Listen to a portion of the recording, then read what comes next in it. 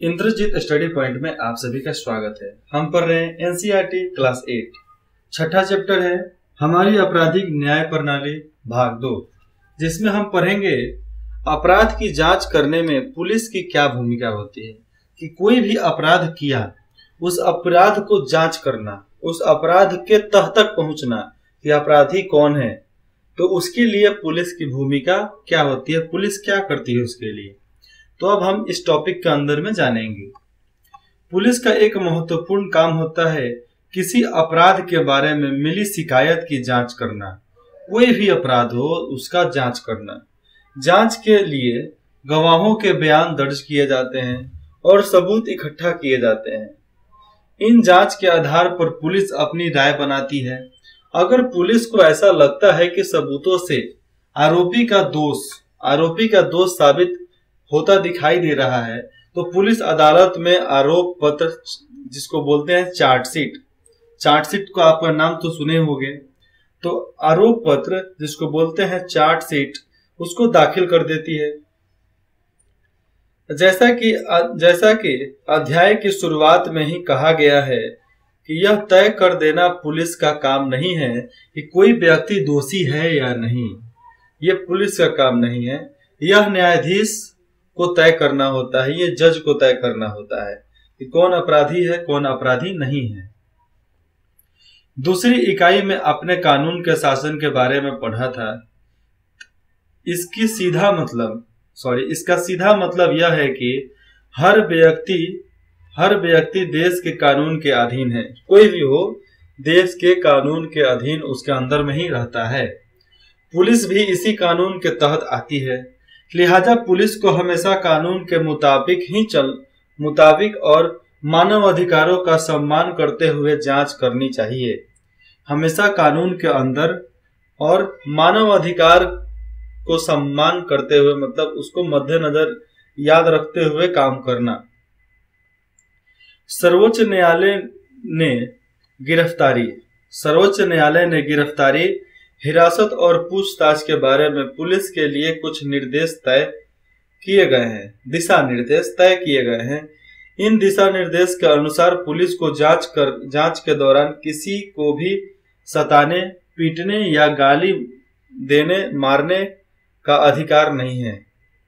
किसी को भी सताना नहीं है, पीटना नहीं है, गाली नहीं देना है, मारना नहीं है, ये उनके अधिकार में नहीं है।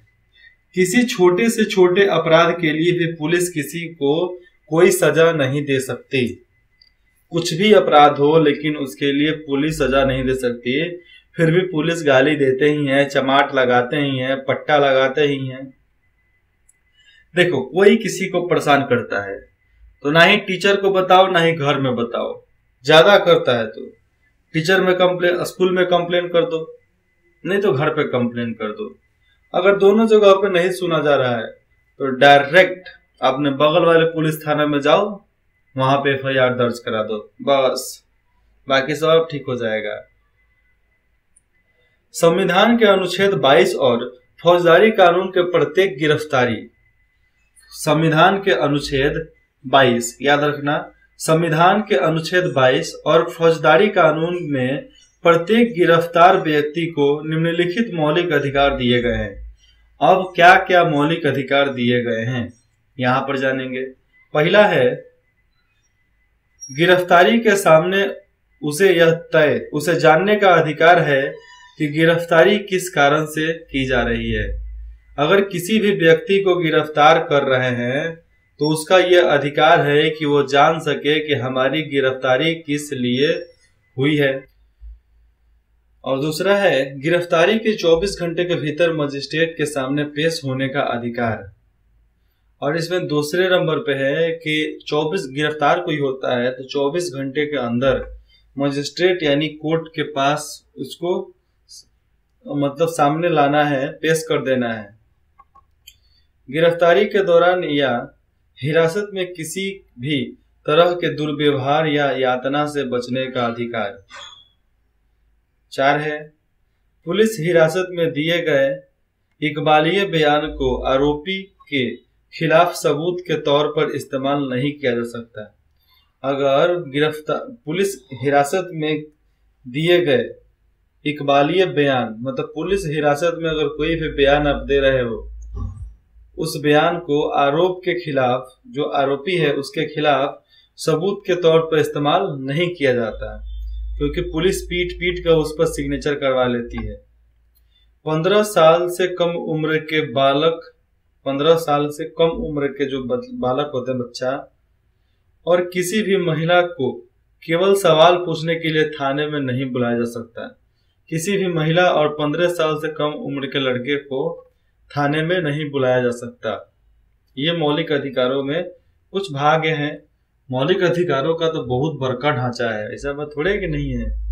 पढ़ाएंगे ना, उसको भी पढ़ाएंगे, काहे घबराते हो सब। सर्वोच्च न्यायालय मतलब दिल्ली का सर्वोच्च न्यायालय, इसको बोलते हैं, क्या बोलते हैं, सुप्रीम कोर्ट। किसी भी व्यक्ति की गिरफ्तारी, हिरासत और पूछताछ के बारे में पुलिस एवं अन्य संस्थाओं के लिए कुछ खास शर्तें और प्रक्रियाएं तय किए, जितने भी प्रतिक्रियाएं हैं तय किया गया है। इन नियमों को डीके बसु निर्देशक कहा जाता है। इनमें से कुछ निर्देशक इस प्रकार हैं। डीके बसु ये संविधान निर्मात्री में थे। संविधान जब बन रहा था तो इनका भी नाम उसमें है। गिरफ्तारी या जांच करने वाले पुलिस अधिकारी की पोशाक पर उसकी पहचान, नाम पट्टी तथा पद स्पष्ट व सटीक रूप से अंकित होना चाहिए। अगर गिरफ्तारी करने कोई आ रहा है तो पुलिस से पूछो, बायोडाटा दिखाओ बे, बायोडाटा अपना दिखाओ, पहले कार्ड दिखाओ। दूसरा है, गिरफ्तारी के समय अरेस्ट मेमो के रूप में गिरफ्तारी संबंधी जितना भी जानकारी का कागज तैयार किया जाता है, जिसमें गिरफ्तारी के समय और तारीख का उल्लेख होना चाहिए। उसके सत्यापन के लिए कम से कम एक गवाह होना चाहिए। वह गिरफ्तार सदस्य के परिवार का व्यक्ति भी हो सकता है। अरेस्ट मेमो पर गिरफ्तार होने वाले व्यक्ति को दस्तखत, मतलब जो आरोपित व्यक्ति है उसका दस्तखत होना चाहिए। किस पे? अरेस्ट मेमो पर गिरफ्तार होने वाले व्यक्ति के दस्तखत होने चाहिए। गिरफ्तार कराओ, दस्तखत करवाओ कि भाई तुमको गिरफ्तार कर लिए। अरेस्ट किए गए, हिरासत में रखे गए या जिसे पूछताछ की जा रही है। अरेस्ट किए, जिसको भी गिरफ्तार किया गया है, हिरासत में रखे गए और जिससे पूछताछ की जा रही है, ऐसे व्यक्ति को अपने किसी संबंधी या दोस्त या शुभचिंतक को जानकारी देने का अधिकार होता है। तो कोई भी अरेस्ट हो जाता है तो अपने दोस्त या किसी भी शुभचिंतक, अपने परिवार को वो बता सकता है कि हमें गिरफ्तार किया गया है। जब गिरफ्तार व्यक्ति का दोस्त या संबंधी उस जिले से बाहर रहता हो, गिरफ्तारी के 8 से 12 दिन के भीतर उसे गिरफ्तारी के समय, स्थान और हिरासत की जगह के बारे में जानकारी भेज दी जानी चाहिए। ये मौलिक अधिकारों में लिखा गया है।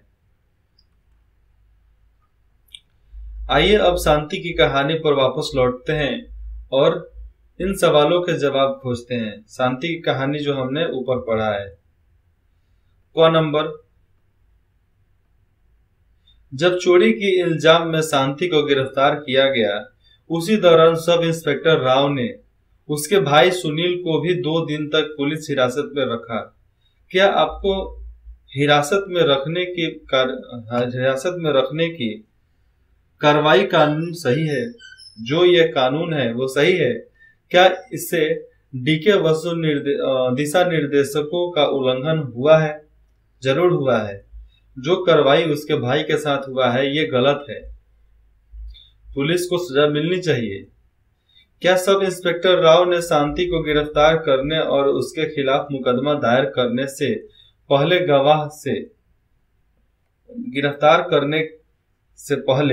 गवाहों से पर्याप्त सवाल पूछे? अगर जितने भी वहां पे गवाह थे उससे सवाल पूछे और जरूरी सबूत इकट्ठा किए थे? नहीं किया था। पुलिस की जिम्मेदारियों के हिसाब से आपकी राय में सब इंस्पेक्टर राव को जांच के लिहाज से और क्या क्या करना चाहिए। देखो यार, गरीब कोई होता है ना, तो उस पर लोग बहुत अत्याचार कर देते हैं, चाहे वो कोई भी हो, लोग अत्याचार करने में पीछे नहीं हटते हैं। अब 2 नंबर है, आइए अब थोड़ी अलग स्थिति में मामले को देखते हैं। मान लीजिए कि शांति और उसका भाई सुशील थाने में जाकर यह शिकायत करते हैं कि शिंदे के 20 वर्षीय बेटे ने उनकी बचत के 15,000 रुपए चुरा लिए हैं। क्या आपको लगता है कि थाने का प्रभारी जो अधिकारी है फौरन उसकी एफआईआर दर्ज कर लेगा? नहीं करता है। ऐसे कारक लिखिए जो आपकी राय में एफआईआर लिखने या न लिखने के पुलिस के फैसले को प्रभावित करते हैं। ऐसा राय आप लिखिए। देखिए नीचे एफआईआर का एक कॉपी दिया गया है, ऐसे ही एफआईआर रिपोर्ट भरा जाता है। नीचे दिख रहा है ना, ऐसा ही एफआईआर रिपोर्ट होता है। ये खाली ब्लैंक ब्लैंक ब्लैंक और नीचे सब लिखा जाता है। अब देखिए, प्रथम सूचना रिपोर्ट प्राथमिक, जिसको बोलते हैं प्रथम सूचना रिपोर्ट, फर्स्ट इंफॉर्मेशन रिपोर्ट, जिसको बोलते हैं एफआईआर। पुलिस एफआईआर दर्ज होने के बाद किसी अपराध की पड़ताल शुरू कर सकती है, किसी भी अपराध की पड़ताल शुरू कर सकती है। कानून में कहा गया है कि किसी संदिग्ध अपराधी की सूचना मिलने पर थाने के प्रभारी अधिकारी को फौरन एफआईआर दर्ज करने चाहिए। अब देखो, संदिग्ध अपराध, अब सूचना मिलती है कि कोई मर्डर कर रहा है, कोई बहुत मतलब ऐसे काम कर रहा है जो अपराध के श्रेणी में बहुत ऊपर में आता है, तो प्रभारी को तुरंत एफआईआर रिपोर्ट करके उस पर काम करना शुरू कर देना चाहिए। जैसा कि मालूम चले कि इनका अपहरण होने वाला है, तो पुलिस को तुरंत एफआईआर रिपोर्ट लिखना चाहिए और उन्हें बचाना चाहिए, बचाने की कोशिश भी करना चाहिए।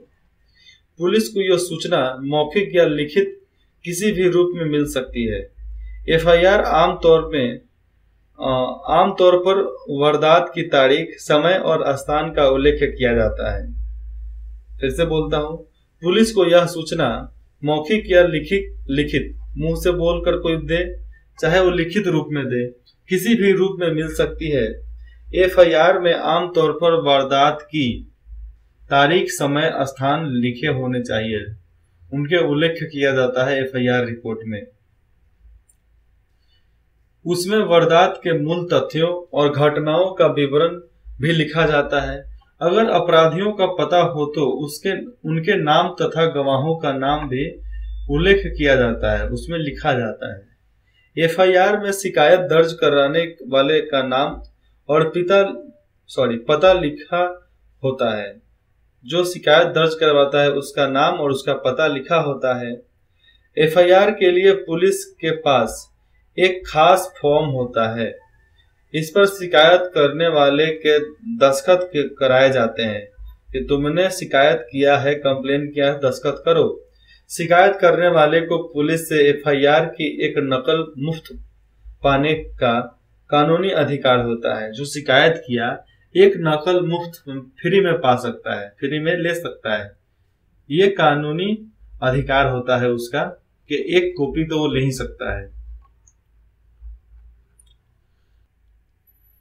सरकारी वकील की क्या भूमिका होती है और सरकारी वकील कैसे काम करता है? किसी आपराधिक उल्लंघन को जनता के विरुद्ध माना जाता है। कोई भी अपराध है उसे जनता का विरुद्ध तो माना ही जाता है। इसका मतलब यह है कि वह अपराध केवल पीड़ित व्यक्ति को ही नुकसान नहीं पहुंचाता, बल्कि पूरे समाज के प्रति अपराध होता है। कोई भी अपराध होता है तो समाज में उसकी बात जरूर जाती है। पूरे समाज, पूरे कुंभ को, पूरे लोगों के बीच उस बात का चर्चा होता है। आपको पिछले अध्याय में दहेज के लिए सुधा की हत्या की घटना याद है। पिछले अध्याय में जो सुधा की घटना हम पढ़े थे वो तो याद ही होगा। दहेज के लिए उसके सास ने, शकुंतला ने उसे कैसे मार दिया था, लेकिन उसका जो जेठ था, भसुर था, वो बच गया। आरोपी लक्ष्मण और उसके परिवार के खिलाफ यह मुकदमा राज्य की ओर से दायर किया गया था, इसलिए इस मुकदमे को राज्य दिल्ली प्रशासन बनाम लक्ष्मण कुमार एवं अन्य का नाम दिया था।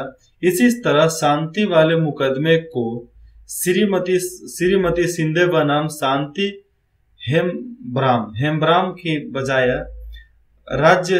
राज्य बनाम शांति हेम्ब्राम के नाम से जाना जाता है। देखो, इसको जाना जाना चाहिए। श्रीमती शिंदे बनाम शांति हेम्ब्राम, उसके जगह पर बोला जाता है राज्य बनाम शांति हेम्ब्राम के नाम से जाना जाता है उस केस को। ये देखो, तो आप बताइए श्रीमती शिंदे, आपका हार किस तरह गायब है? आपका हार किस तरह गायब हुआ? वकील पूछा। मैंने सोने का हार दराज में रखा था, शांति ने उसे चुराया है। शांति के अलावा और कोई व्यक्ति मेरे कमरे में नहीं जाता। मिस्टर शिंदे मेरे पति हमारे सामने उसके संदूक की तलाशी लिए थे, जिसमें लिफाफे में 10,000 रुपए देखकर हम अचंभे में पड़ गए थे। शांति को यह पैसा मेरा हार बेचकर मिला था। वह चोर है, ये मिसेस शिंदे का कहना था। अदालत में सरकारी वकील राज्य का पक्ष प्रस्तुत करता है। सरकारी वकील की भूमिका तब शुरू होती है जब पुलिस जांच पूरी करके अदालत में आरोप पत्र दाखिल कर देती है। अब देखो, सबसे ज्यादा दिक्कत उस समय होती है जब पुलिस हर चीज का पूरा जान पहचान करके उसके बाद अदालत में उसको पेश कर देती है, आरोप पत्र को दाखिल कर देती है।